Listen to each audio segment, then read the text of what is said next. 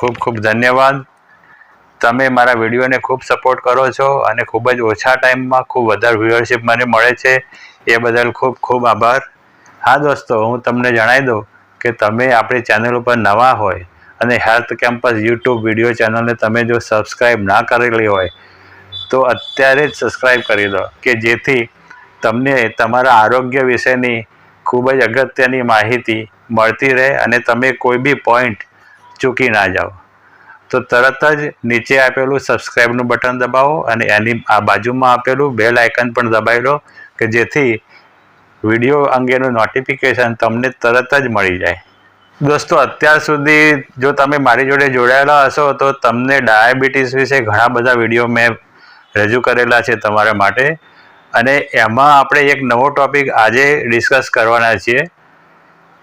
આપણે જૂના વિડીયો ઉપર, આપણે જે પહેલાંના વિડીયો જો તમે જોયા હશે તો એમાંથી આપણને એ જાણવા મળ્યું છે કે આપણું જે બ્લડ શુગર છે એ એકદમ રાઈઝ કે એકદમ લો ના થવું જોઈએ. એ બ્લડ શુગર એકદમ મેન્ટેન કરીને એક લેવલની સહેજ આજુબાજુ આમ થઈને જાય તો ચાલે, પરંતુ એકદમ નીચે ને એકદમ ઉપર ના જવું જોઈએ. હું તમારા માટે એનો ગ્રાફ દોરીને લાવ્યો છું, એ હું તમને બતાવું. દોસ્તો, આ જે છે આ અનકન્ટ્રોલ્ડ ડાયાબિટીસ વાળો ગ્રાફ છે, કે જેમાં એ વ્યક્તિનું ડાયાબિટીસ એકદમ હાઈ જાય છે, આ સ્પાઇક મળે છે આપણને, અને ક્યાં તો એકદમ લો જતું રહે છે. આ જે છે એ ટાઈમની લાઈન છે, અને આ જે છે એ ડાયાબિટીસ એટલે કે બ્લડ શુગર કેટલું છે એની લાઈન છે. એટલે તમે જોશો કે આની અંદર એકદમ રાઈઝ આવ્યો, પછી લો થઈ ગયું એકદમ, પછી રાઈઝ પાછો આવ્યો, અને આ શુગર બેલેન્સ નથી. જ્યારે એક એવા પેશન્ટ કે જે ધ્યાન રાખતા હોય એમનું તમે શુગર લેવલ જુઓ તો આ શુગર મેન્ટેન રહે છે. જુઓ, આ એક લાઈનની આજુબાજુ આ શુગર ચાલે જાય છે, એમાં કોઈ એકદમ રાઈઝ નથી આવ્યો કે એકદમ નીચે નથી બેસી ગયું, નથી એકદમ પીક આવી ગયો. એટલે દોસ્તો, આની ઉપરથી આપણને ખબર પડે કે આપણું ડાયાબિટીસનું મેનેજમેન્ટ આપણે સારી રીતે કરવું હોય તો એક સરસ મેન્ટેન કરવું પડે આખા દિવસ દરમિયાન આપણું શુગર. હવે આપણે એ પણ જોયું કે દોસ્તો, આપણું શુગર બે રીતે મપાતું હોય છે, ફાસ્ટિંગ અને જમ્યા પછીનું 2 કલાકનું. તો જે સવારનું હોય છે ફાસ્ટિંગ, એ તમારું 100થી નીચે હોવું જોઈએ. 70થી 100 એક રેશિયો હોય છે, એના વચ્ચેનું તમારું રીડિંગ હોવું જોઈએ. જો 100થી વધારે હોય તો ડાયાબિટીસની શરૂઆત કહેવાય. એ જ રીતે બપોરે જમ્યા પછી 2 કલાકે જ્યારે આપણે રીડિંગ લઈએ બ્લડના શુગરનું, તો એની અંદર 140થી નીચે આવવું જોઈએ. 140થી અપ જાય તો એટલો તમારો ડાયાબિટીસ આવ્યો કહેવાય. એટલે એ રીતે આપણે જોઈએ તો આ જે રીડિંગો છે એ એક સરેરાશ રીડિંગ તમારું એક મેન્ટેન રહે, અને દિવસ દરમિયાન બહુ રાઈઝ ના થઈ જાય, બહુ લો ના થઈ જાય, એ રીતે તમારે મેન્ટેન કરવું જોઈએ. દોસ્તો, ડાયાબિટીસ ઘણીવાર બહુ લો થઈ જાય તો એનો પણ આપણને ભયંકર એની અસર થતી હોય છે. આપણા મગજના કોષ એનાથી મરી જતા હોય છે. એટલે એકદમ લો થઈ જાય શુગર, એ પણ નકામું, ને એકદમ રાઈઝ થઈ જાય ત્યારે પણ આપણા જે કોમળ અંગો છે આખા શરીરના, એને એ વખતે નુકસાન થઈ જતું હોય છે. એટલે નહીં ઉપર નહીં નીચે એવું મેન્ટેન ડાયાબિટીસ આપણે કેવી રીતે રાખી શકીએ? તો એમાં એક અગત્યનો ફાળો છે, એક અગત્યની વસ્તુ છે, એ છે દોસ્તો સવારનો નાસ્તો. જી હા દોસ્તો, સવારનો નાસ્તો તમે જેટલો વિચારીને સારો, પૌષ્ટિક અને ઓછી કેલરીવાળો અને ઓછી ખાંડવાળો કરશો એ તમને બહુ બેનિફિશિયલ રહેશે. અને સવારનો નાસ્તો જો નહીં કરો તો તમારું ડાયાબિટીસ ક્યાં તો ઉપર જતું રહેશે, કાં તો નીચે જતું રહેશે. એટલે ડાયાબિટીસને મેન્ટેન રાખવા માટે સવારનો નાસ્તો કરવો એ ખૂબ જ અગત્યનો છે. દોસ્તો, હવે આપણે એ જોઈએ કે સવારનો નાસ્તો કરવાથી આપણને કયા બેનિફિટ થાય અને કેવી રીતે આપણું શુગર મેન્ટેન થાય.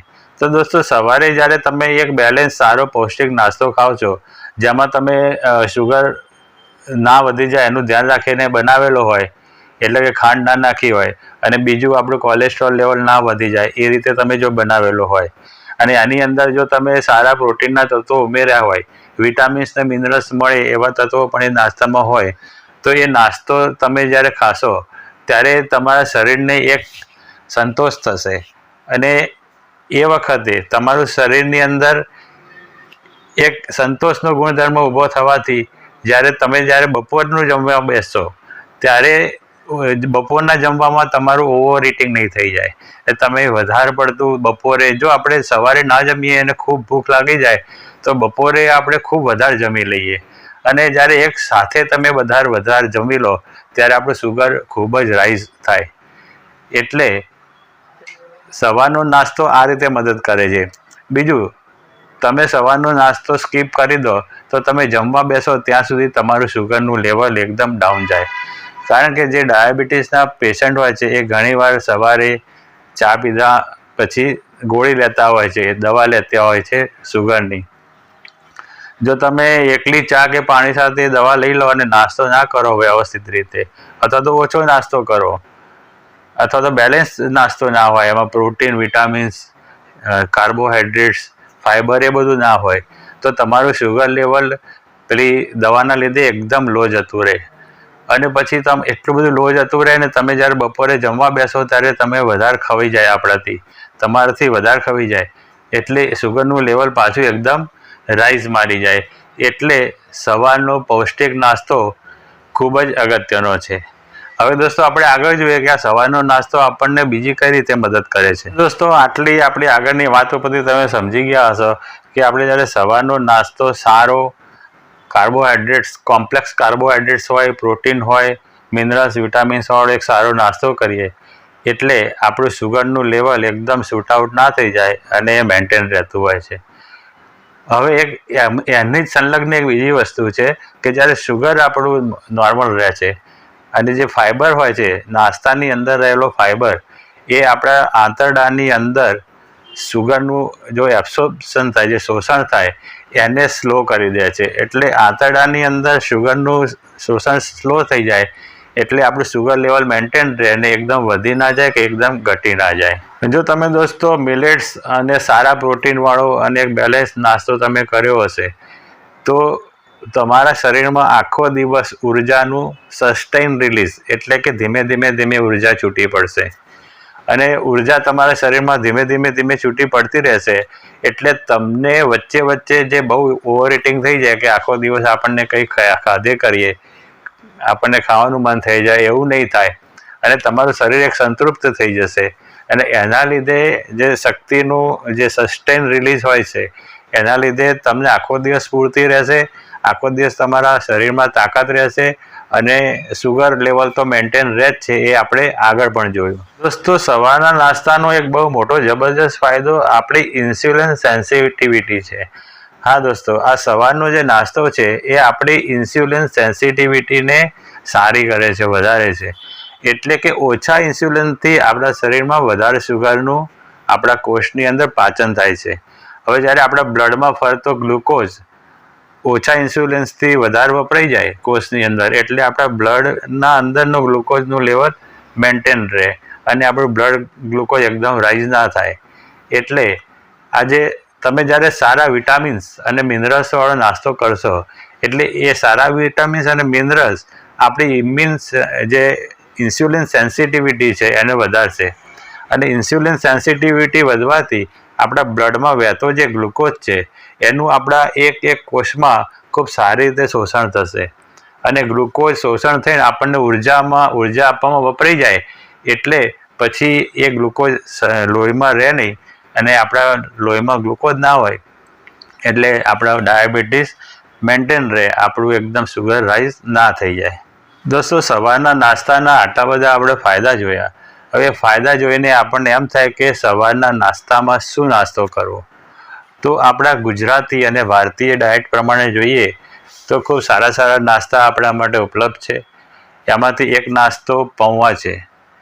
એટલે આપણે જે બટાકા પૌવા બનાવીએ એની અંદરથી બટાકાની જગ્યાએ કાંદા પૌવા અને એની જોડે વટાણા અને બીજા સારા શાકભાજી નાખીએ તો જે શાકભાજીનું જે કોમ્પ્લેક્સ કાર્બોહાઈડ્રેટ પ્લસ શાકભાજીની અંદર રહેલું ફાઈબર એ આપણને ખૂબ મદદ કરશે અને એની અંદર વિટામિન્સ અને મિનરલ્સ પણ ખૂબ હશે. સાથે પૌવા છે એ પચવામાં ખૂબ જ ઇઝી હોય છે અને પૌવાથી સુગર એકદમ રાઈઝ થઈ જતી નથી. એટલે જો તમે આ રીતે પૌવા બનાવશો તે પૌવા તમને આખો દિવસ તમારી શક્તિ જાળવી રાખશે. તમે જ્યારે બપોરનું જમવા બેસો ત્યારે ઓવર ઇટિંગ નહીં થઈ જાય અને તમારું શુગર લેવલ એકદમ મેન્ટેન રહેશે. દોસ્તો, એવો જ એક બીજો નાસ્તો આપણા ગુજરાત માટે ખૂબ જ પ્રચલિત જ છે, એ છે થેપલા. હવે દોસ્તો, થેપલા આપણે કહીએ તો ઘણીવાર તો થેપલા ખૂબ તેલ કે ઘીનો ઉપયોગ કરીને બનાવવામાં આવે છે અને સાથે સાથે ગોળ ને એવું ખાવામાં આવે છે. પણ એ ટાઈપનું થેપલા પછી ઓવરઓલ આપણને આ મેન્ટેન કરવા માટે, ડાયાબિટીસનું લેવલ મેન્ટેન કરવા માટે સારા ના રહે. પરંતુ ઓછા તેલવાળા અને મેથીના અને એની અંદર બાજરીનો લોટ પણ હોય એવા જે થેપલા હોય છે, એ થેપલા એટલે કે મિલેટ્સવાળા થેપલા, અને એની અંદર મેથી હોય એટલે મેથીની અંદર ફાઇબર હોય અને મેથી પોતે પણ ડાયાબિટીસને ઓછું કરતી હોય છે. એટલે મેથીના બાજરીના લોટવાળા જે થેપલા છે જે ઓછા તેલમાં બનાવવામાં આવે છે, અને જે એ થેપલાને જો આપણે લો ફેટવાળા દહીં જોડે ખાઈએ, કે જે લો ફેટ દૂધમાંથી બનાવેલું દહીં હોય એવા દહીં જોડે ખાઈએ, તે ખૂબ જ સારું રિઝલ્ટ આપે છે. એટલે તમે સવારે ચા સાથે કે થોડી વાર ચા પછી થોડી વાર રહીને નાસ્તો કરતાં તમારો જે નાસ્તાનો સવારનો ટાઈમ હોય એ ટાઈમે મેથીના થેપલા જે બાજરીના લોટમાંથી બનાવેલા હોય એ અને સાથે લો ફેટ દહીં એ જો ખાશો તો તમારા ડાયાબિટીસ મેનેજમેન્ટમાં બહુ જબરજસ્ત ફાયદો થવાનો છે. દોસ્તો, એવો જ એક બીજો નાસ્તો છે મગની દાળના પુલ્લા એટલે કે ચિલ્લા, અને ઇંગ્લિશમાં એને કહીએ તો પેનકેક. જે દોસ્તો આપણા ફોરેનમાં રહે છે અને એમના સંતાનો કદાચ ના જાણતા હોય તો એ પુલ્લાને પેનકેક આપણે જે કંઈ અંગ્રેજીમાં કહીએ તો પેનકેક, પુલ્લા, ચિલ્લા બધું એક જ છે.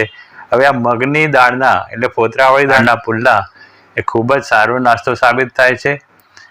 ઓછા મીઠાથી બનાવવાનો, એની અંદર તેલ કે ઘી બહુ ઓછું વાપરવાનું, અને એ રીતે બનાવેલા પુલ્લા આપણને પ્રોટીન જબરજસ્ત આપે છે. એના સિવાય મિનરલ્સ, વિટામિન્સ બી અંદર ખૂબ સારા હોય છે.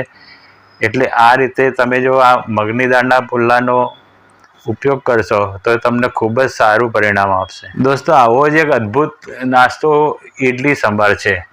એટલે જે સંભાર હોય એમાં તમે ગળાશ ના નાખો અને ઇડલી, નારિયેળની ચટણી અને સંભાર જો તમે એ નાસ્તો કરો તો ખૂબ જબરજસ્ત પોષક તત્વોથી ભરેલો અને કોમ્પ્લેક્સ કાર્બોહાઈડ્રેટ્સથી ભરેલો છે. કારણ કે ચોખાને આથો લાવવામાં આવેલો હોય છે અને અડદ પોતે કોમ્પ્લેક્સ છે. એટલે બંને જ્યારે કોમ્પ્લેક્સ કાર્બોહાઈડ્રેટ્સ થાય, એટલે કોમ્પ્લેક્સ કાર્બોહાઈડ્રેટ્સ હોય એટલે એ કાર્બોહાઈડ્રેટ્સમાંથી સુગરનું રિલીઝ ધીમે ધીમે થાય અને એનું શોષણ આપણા આંતરડામાં ધીમે ધીમે થાય. એટલે ડાયાબિટીસ આપણે આખો દિવસ મેન્ટેન રહે. અને તમે ઇડલી, સાંભારને નારિયેળની ચટણીનો સરસ મજાનો નાસ્તો કર્યો હોય એટલે બપોરે ઓછી ભૂખ લાગે અને બપોરે તમારું ઓવર ઇટિંગ થતું હોય એ પણ અટકી જાય. દોસ્તો, એના સિવાય સોયામાંથી બનતા નાસ્તા, ઓટ્સમાંથી બનતા નાસ્તા, સિરિયલ અને લો ફેટ દૂધ એનું પણ એક કોમ્બિનેશન કરીને નાસ્તો કરી શકાય. એટલે આ રીતે નાસ્તાના અલગ અલગ આઈડિયા મેં તમને આપ્યા છે અને આગળ મેં તમને સમજાવ્યું કે નાસ્તો આપણા બ્લડ શુગરને કેવી રીતે કંટ્રોલ કરવામાં મદદ કરે છે. તો દોસ્તો, હું એવી આશા રાખું કે તમને આ વિડીયોમાંથી ખૂબ સારી જાણકારી મળી હશે. જો તમને ખરેખર સારી જાણકારી મળી હોય તો તમારા જે મિત્રોને જરૂર છે એમને આ વિડીયો શેર કરો અને લાઇકનું બટન દબાવવાનું ભૂલશો નહીં. અને જો તમે આપણી ચેનલને સબસ્ક્રાઈબ ના કરી હોય તો તરત જ કરી દો, કે જેથી આવી અગત્યની માહિતી તમે ચૂકી ના જાઓ. તો બસ દોસ્તો, આ હતું ડાયાબિટીસમાં નાસ્તાનું મહત્ત્વ. આજે બસ આટલું જ.